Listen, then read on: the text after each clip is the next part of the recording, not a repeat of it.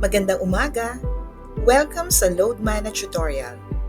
Sa video na ito, ituturo ko sa inyo kung paano mag-receive at mag-send ng payment mula sa ibang e-wallet gaya ng GCash papuntang Mana Wallet.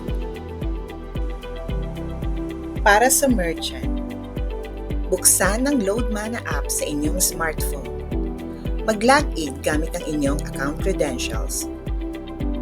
Sa home screen ng LoadMana app, hanapin at pindutin ang QR icon sa gitnang baba ng screen. Pindutin ang Generate My QR. Piliin ang Receive Payment via QR Code. I-click ang Custom QR. May lalabas na alert na pinapaalam na may 2% transaction fee pagkatanggap ng bayad. I-click ang OK. Sa next screen, ilalagay ang detalye ng transaction, gaya ng amount. Pwede ka ding mag-iwan ng remarks o mensahe. Click Generate QR.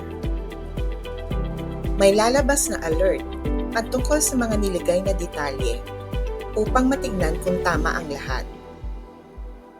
Pindutin ang Proceed. Nakapag-generate ka na ng QR para sa transaction na ito. Ang QR code na ito ang gagamitin sa GCash app. Pagkatapos nito ay maaari nang i-scan ng iyong customer ang custom QR. Para naman sa customers.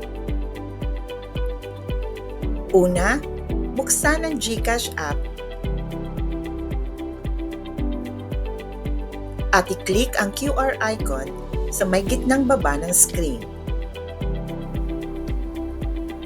At i-scan ang na-generate na QR ng merchant.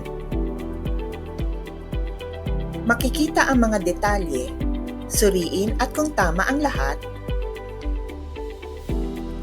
i-click ang Pay button. Nakapagbayad na ang customer sa merchant na may LoadMana app. Makakatanggap ang customer ng SMS confirmation patungkol sa transaction.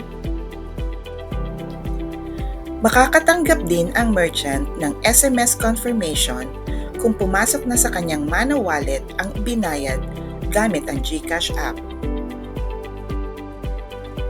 Para sa merchant, buksan ang iyong transaction history para sa iyong reference.